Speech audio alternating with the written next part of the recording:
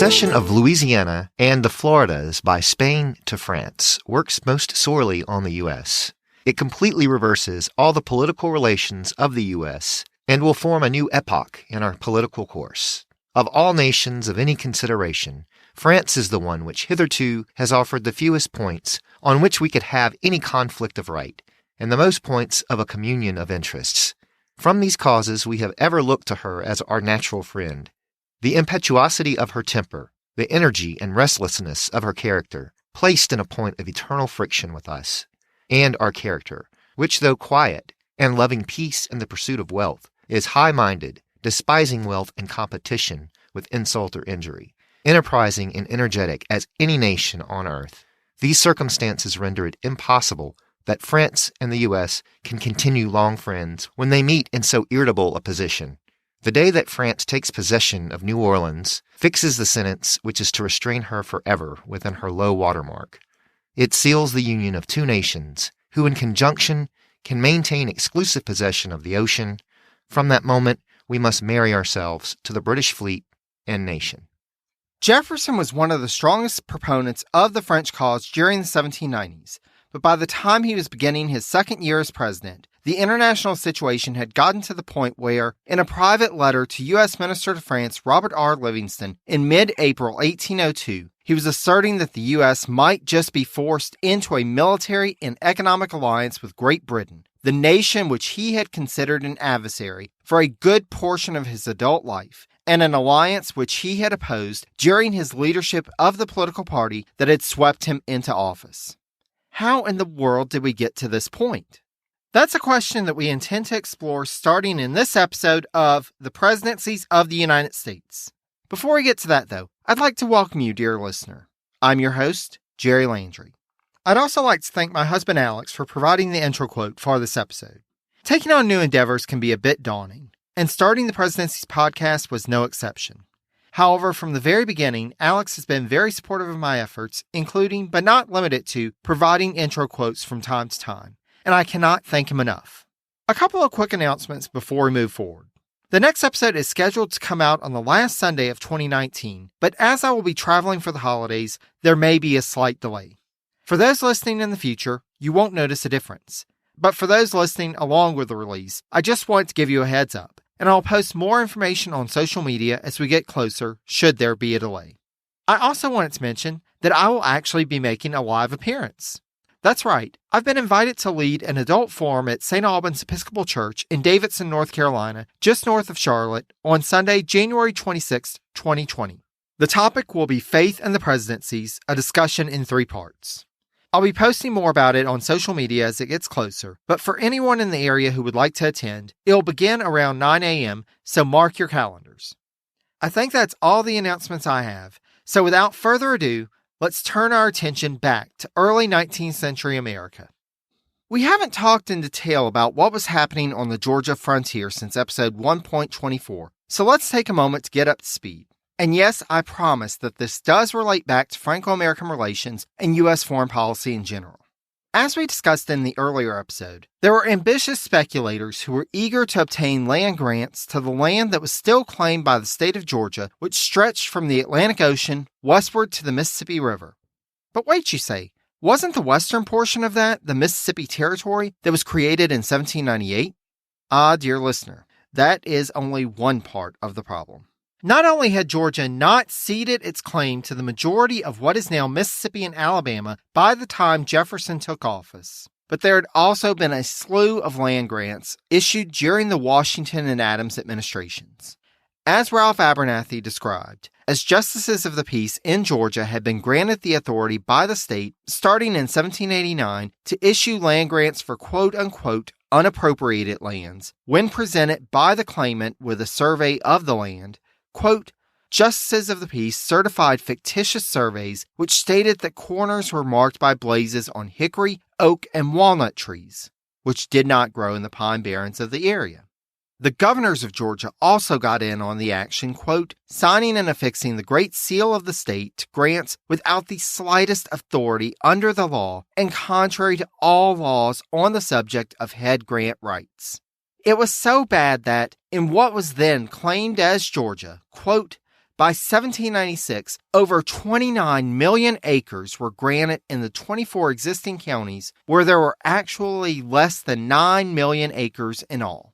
As would be expected by those familiar with the history of the time, it comes as little surprise that these land grants were issued with little to no consideration for the Native American inhabitants of the area, which, as discussed in episode 1.24, put the state government in contention with the federal government and its policy of negotiating treaties with Native American nations to open lands up for settlement. Land grants in the West had also caused major contention in Georgian politics, as a consortium of land grant companies with connections to prominent federal and state politicians had used their influence to pass a bill in the Georgia state legislature dubbed the Yazoo Act in 1795. This act granted the four companies rights to 40 million acres in the West under very generous terms, and despite a better offer having been put forward by a rival land grant company. The uproar over the blatant land grab resulted in, quote, one member of the legislature who had voted for it fleeing the state and another narrowly escaping hanging. Across the state, it was the subject of scrutiny, and Congress even approved a resolution condemning the Yazoo Act. Senator James Jackson, Democratic-Republican from Georgia, wrote letters to the editor using the pseudonym Cecilius, attacking the Yazoo grants as being invalid, and when he left the U.S. Senate to join the Georgia House of Representatives, he was elected chair of a committee which, on January 26, 1796, issued, quote, a report declaring that the grants were obtained by the use of bribery, and that they were unconstitutional because the lands in question were confirmed to the Choctaw and Chickasaw Indians by the treaties of Hopewell, negotiated by the Continental Congress in 1786. In quick order, on February 13th, the Georgia state legislature rescinded the Yazoo Act. However, by this point, some of the claims had been sold to speculators in other parts of the nation, and those speculators brought in none other than Alexander Hamilton, who wrote out an opinion, quote, that Georgia had violated the obligation of a contract, and that her rescinding act was therefore illegal under the federal Constitution. Some of the speculators retained Representative Robert Goodloe Harper, Federalist from South Carolina, as their attorney and prepared a case. The legal complications would continue on for years, but the Yazoo scandal had burned the state of Georgia enough that, on January 29, 1798, the Georgia House of Representatives, by a vote of 32-2, approved a resolution recommending that the upcoming Constitutional Convention, quote, make provision for cession to the United States lands lying west of the Chattahoochee River on condition that the federal government pay Georgia $1.5 million and remove the Indians from all the territory remaining to the state. Not only did the Constitutional Convention make such a provision, but it also confirmed the rescinding act and resolved, quote, that monopolies of land by individuals, being contrary to the spirit of our free government, no sale of territory of this state or any part thereof shall take place to individuals or private companies unless a county or counties shall have been first laid off, including such territory, and the Indian rights shall have been extinguished thereto. The Convention of 1798 was determined to ensure that there would be no more mess like the Yazoo Act of 1795, but the problems remained of settling the conflicting land claims and of negotiating a handover of the Western lands to the U.S. government. Congress passed an act on April 7, 1798, to authorize President Adams, quote, to appoint 3 commissioners to negotiate with Georgia commissioners to settle conflicting land claims. However, by the time Jefferson came to office, little progress had been made on either settling the land claims or negotiating the cession of the Western Territory. Thus, the new president appointed a new commission consisting of Secretary of State Madison, Secretary of the Treasury Gallatin, and Attorney General Lincoln to meet with the commissioners from Georgia. As all of the parties on both sides were Democratic-Republicans, they were able to make more progress, and by April 24, 1802, they had an agreement. The U.S. government would pay Georgia $1.25 million and assured the state that it would set aside 5 million acres to help resolve land claims in the region and work to have any Native American claims to land in the state boundaries, quote, extinguished as soon as possible. The resolution of the Georgia claims to the Southwestern Territory meant that the focus of efforts to develop the economic potential of those lands could be focused on the Mississippi Territory.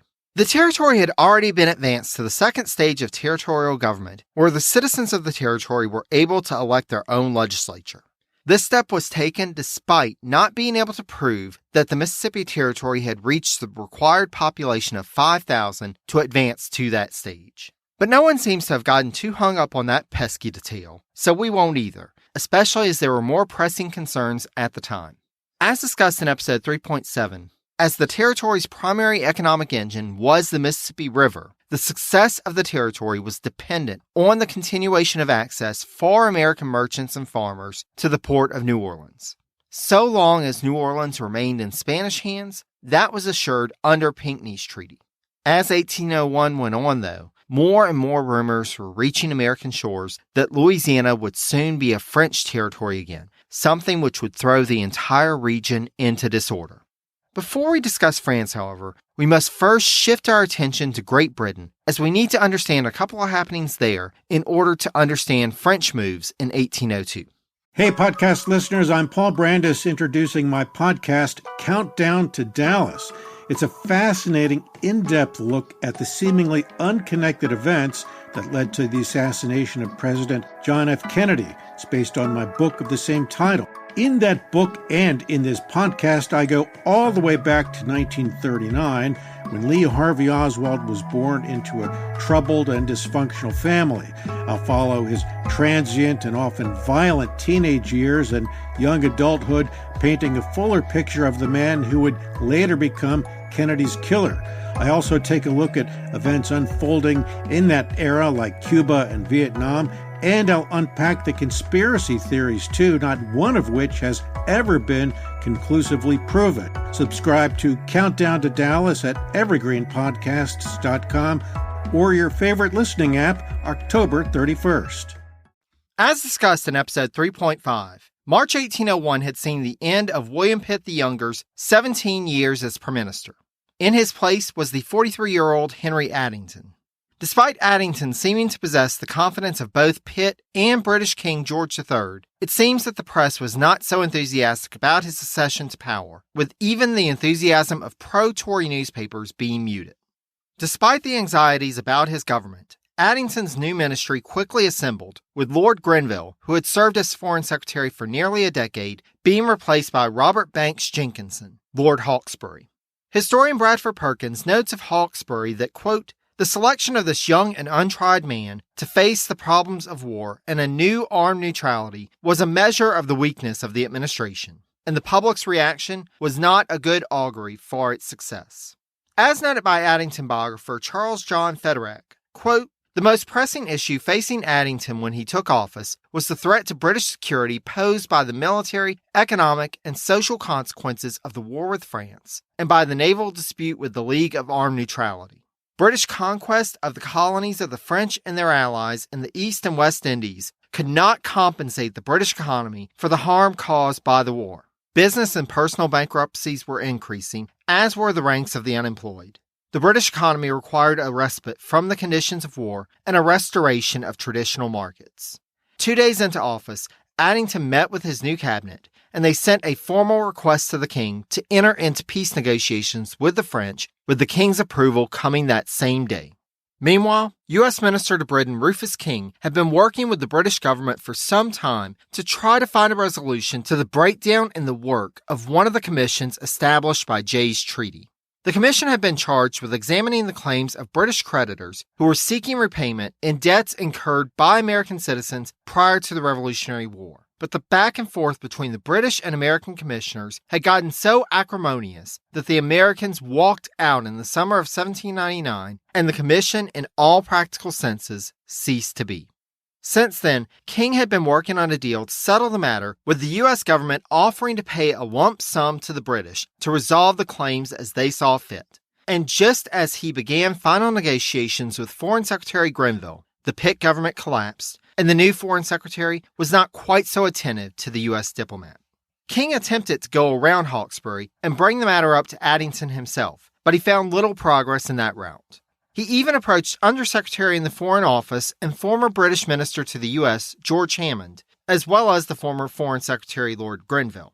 Though both were in favor of the resolution, neither had much authority to move matters along in an Addington ministry, which was more focused on European matters and, in particular, peace with France. Like their counterparts in the British government, British First Consul Napoleon Bonaparte and the consulate government found that public sentiment was strongly in favor of peace after a decade of constant wars. As Hawkesbury began negotiations with a French diplomat, they found themselves at odds over Egypt. As you may recall from episode 2.18, Napoleon's plans for the conquest of Egypt had gone awry, and he had fled from his own expedition in late August 1799. Obviously, it worked out well for him, as he returned to Paris and took over the government, but Napoleon still had troops in Egypt in 1801.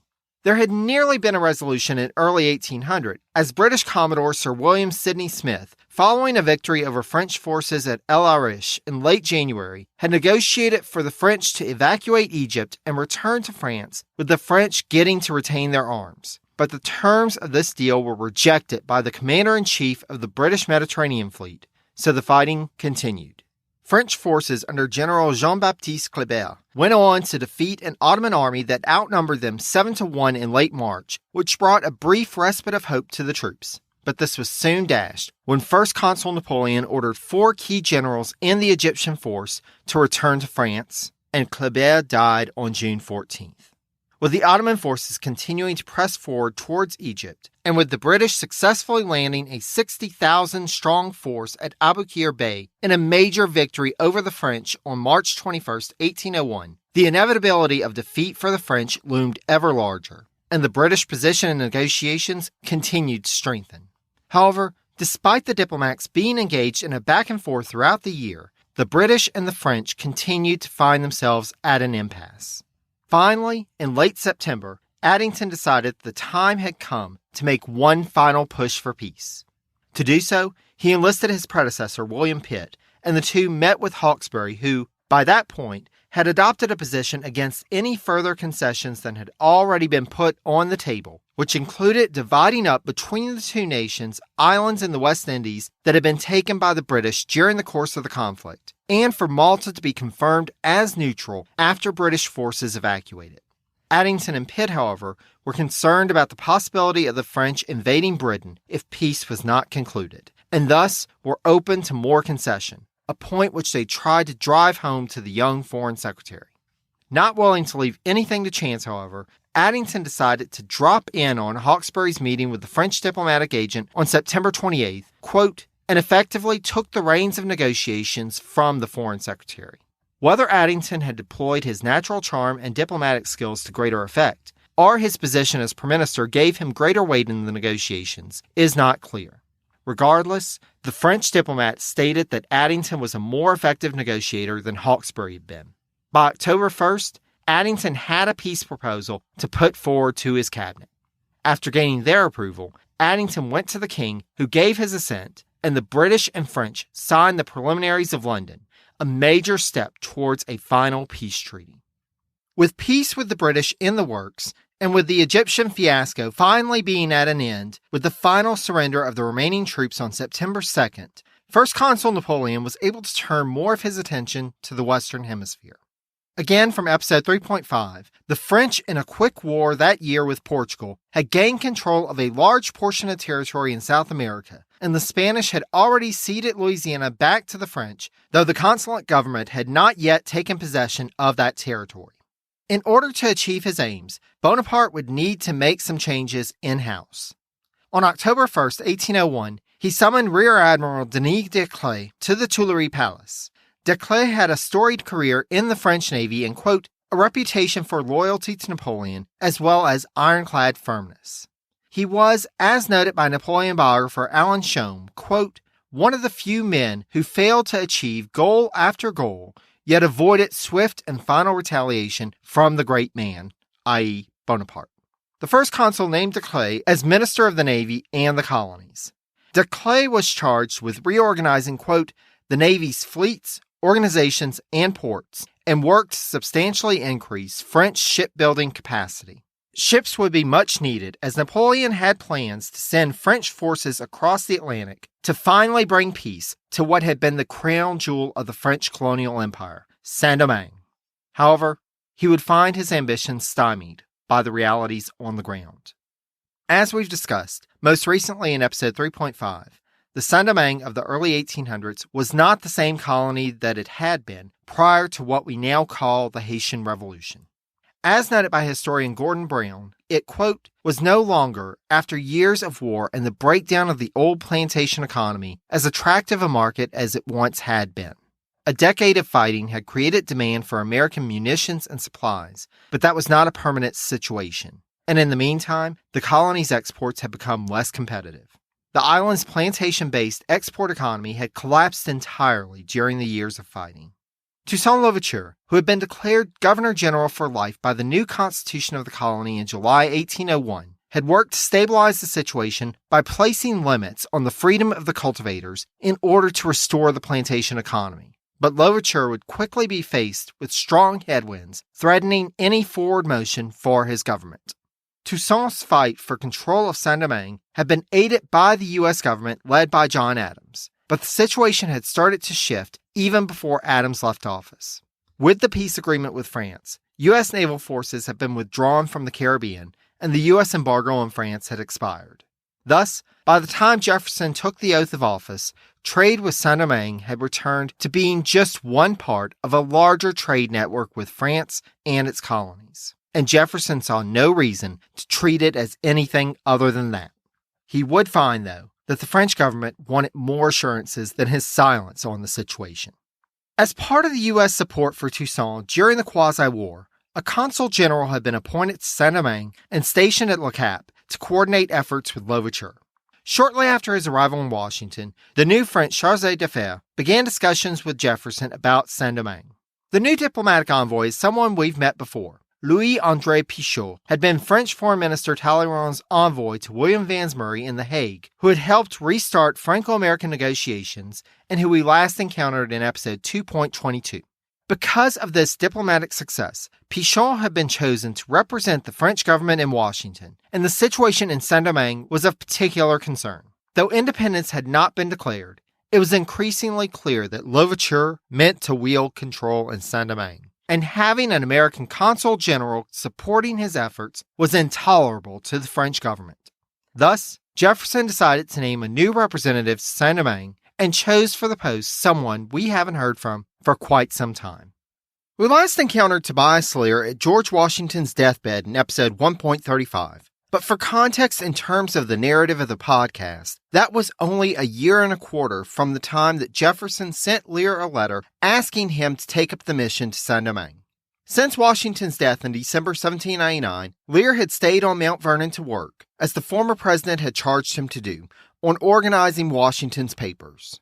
He also did some secretarial tasks for Martha Washington, but the majority of his time was spent in managing a farm that Washington had given him a life tenancy to in his will.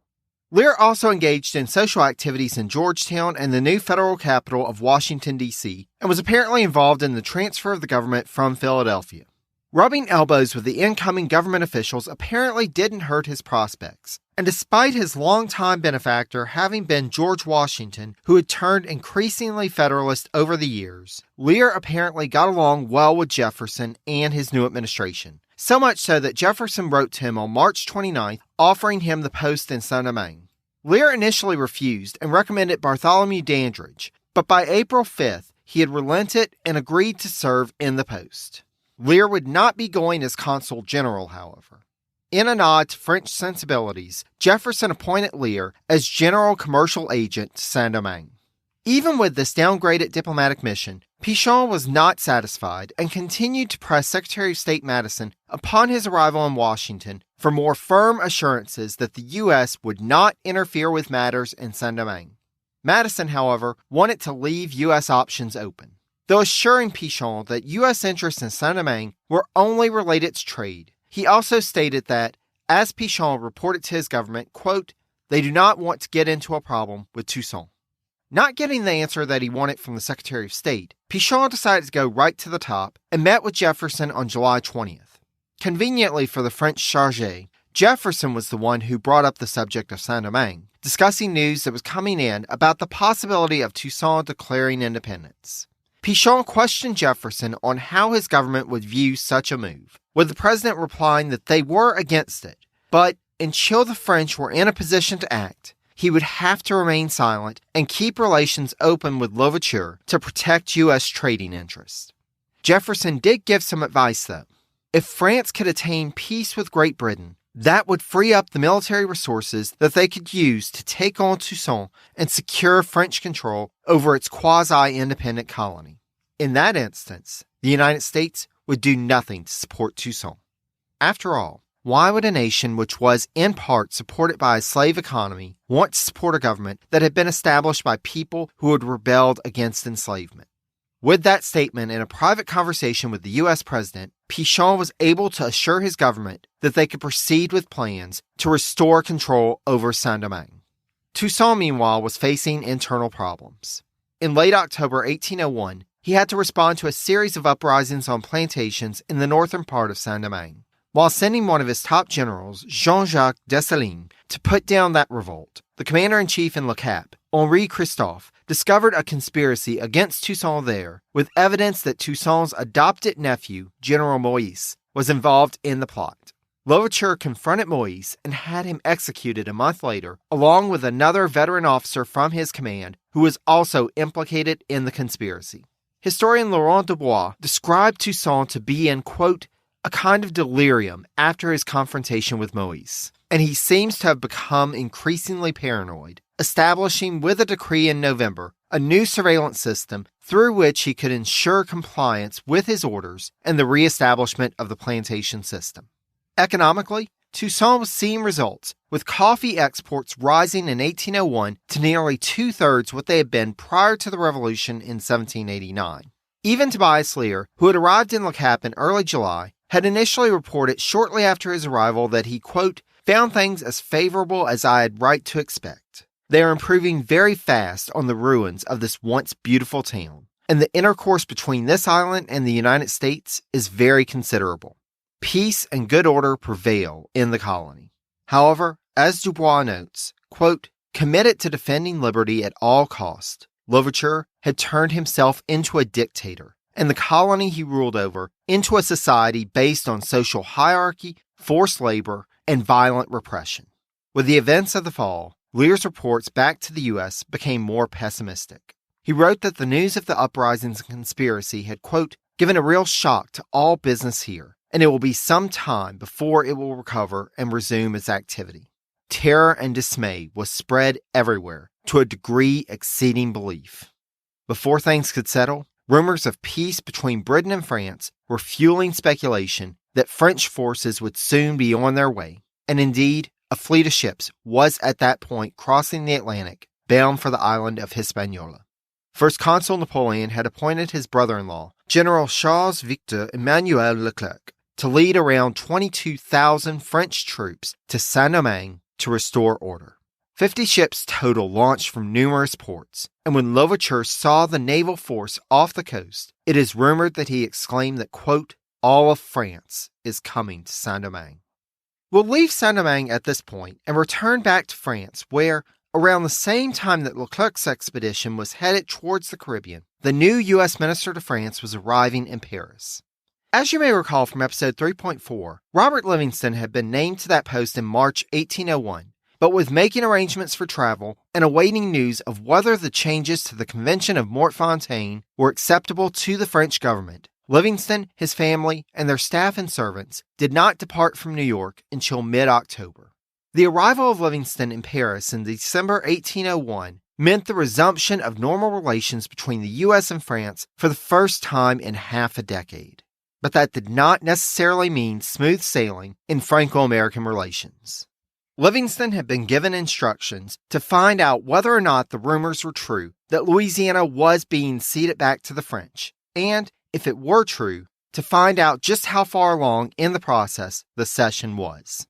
If it was not yet complete, Livingston was to work to dissuade the consulate government from seeing it through, as the move would imperil U.S. relations with France. If the cession was already a done deal, however, Livingston was not to threaten relations with France, but rather to use the issue to see if the French were willing to facilitate the cession of the Floridas, in particular West Florida, to the U.S. As we will be talking about it quite a bit in the remainder of this series and the next, this seems like a good time to explain the Floridas. For modern-day listeners, 2019 as of this recording, we only know of a singular Florida, but most of what we know of as Florida was then known as East Florida. West Florida was a district that ran from Baton Rouge on the east side of the Mississippi River across the north shore of Lake Pontchartrain through what is now the Mississippi and Alabama Gulf Coast. Due to the position of Baton Rouge on the Mississippi River and the Port of Mobile on the east side of the territory, West Florida was seen as being important territory to acquire both economically and strategically. And if you're going to ask for West Florida, you might as well see if East Florida can be thrown in too, right? Though Livingston was well received by French Foreign Minister Talleyrand and First Consul Bonaparte upon his arrival, the new U.S. minister's efforts to address the situation of Louisiana quickly bogged down in Talleyrand's typical evasion games. It should be noted that one immediate hurdle to overcome in his diplomatic work was that Livingston could not adequately speak French. Even if he could, he was also deaf. Livingston could at least read French, but in his diplomatic mission, Livingston biographer George Dangerfield describes him as, quote, a lonely figure. Because of the lateness of Livingston's arrival and his initial struggles to settle into his new position, the first report officially confirming the cession of Louisiana to the French would not come from the U.S. mission in Paris, but rather the one in London. As early as late May 1801, U.S. Minister to Britain Rufus King was openly discussing with British Foreign Secretary Lord Hawkesbury about intelligence received regarding the cession of Louisiana. By January 1802, King considered the news as fact and reported back to the Jefferson administration that they could not count on the British government to act against it, as the Addington ministry was desperate to do nothing that would threaten the peace treaty with the French being finalized. Both King and Livingston sent back to Washington a copy of a supplemental treaty between France and Spain that confirmed the cession. As the truth sunk in, the Jefferson administration back in the District of Columbia and the U.S. diplomats in Europe would have to figure out strategies to adopt to respond to this worst of circumstances becoming reality. In the meantime, King had been able to achieve a diplomatic success by finally getting Prime Minister Addington to discuss the lingering debt issue. Jefferson's administration had authorized King to offer up £600,000 to the British government to resolve the lingering claims by British creditors if they would agree to restart another commission about the seizure of American property. Addington and Hawkesbury came back with a request to include a provision for American courts to be open to British creditors moving forward, to which King ultimately agreed. And in January 1802, the U.S. and Britain signed a convention resolving the issue. Meanwhile, the diplomatic congress that had been assembled at Amiens, France, under the terms of the preliminary treaty and consisting of representatives from Britain, France, Spain, the Batavian Republic, the Ottoman Empire, and Portugal, finally managed to conclude a final peace treaty after months of negotiations. The ins and outs of these negotiations are beyond the scope of this podcast, but what is important for us to know about the treaty is as follows. 1. A key stipulation was that Malta would be restored to the Order of St. John of Jerusalem as it had been prior to the French occupation and the subsequent British occupation. 2. The French were to pull back from Rome and the Kingdom of Naples in Italy. 3. News of the treaty was greeted with wild acclaim by crowds in London and Paris. As one French diplomat close to Napoleon asserted, quote, the epoch of the Peace of Amiens must be considered as the most glorious in the history of France. What's that you say? You don't remember an epoch of peace in European history in the early 19th century? Well, we'll come back to that all in due time, dear listener, for there is much more for us to say about the year of 1802. But for now, our time has drawn to a close. I hope you'll join me next time for an episode I'd like to call We Need to Talk. Until then, I'd like to thank my husband Alex again for providing the intro quote for this episode. I'd also like to thank the Itinerant Band for allowing us the use of clips from Jefferson and Liberty for the intro and outro music. To find out more about the Itinerant Band or the podcast, Check out the website at presidencies.blueberry. That's BLUBRRY.com. There, you can find past episodes as well as information on the various places that you can listen to the podcast, including Spotify, iHeartRadio, Apple Podcasts, and more. And you can even learn how you, yes you, can help to support the podcast. If you have any questions, there are numerous ways to reach me. I can be reached via email at presidenciespodcast, all one word, @gmail.com, or you can find me on social media. Look for me on Facebook at Presidencies, on Twitter at Presidencies89, or on Instagram at Presidencies Podcast, again, all one word. Thanks so much to all of you who have left ratings and reviews on iTunes. If you haven't yet, it only takes a minute of your time, but it is a great help in telling new listeners why they should check out the podcast.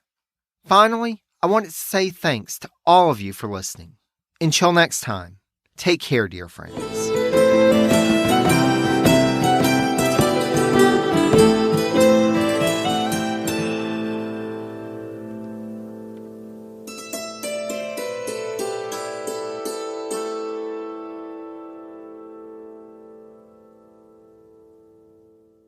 Hello, this is Gary Chahot welcoming you to check out the French History Podcast.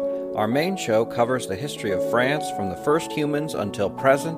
If you liked Mike Duncan's The History of Rome and wanted a similar program covering the land of beauty, culture, and love, we are exactly that.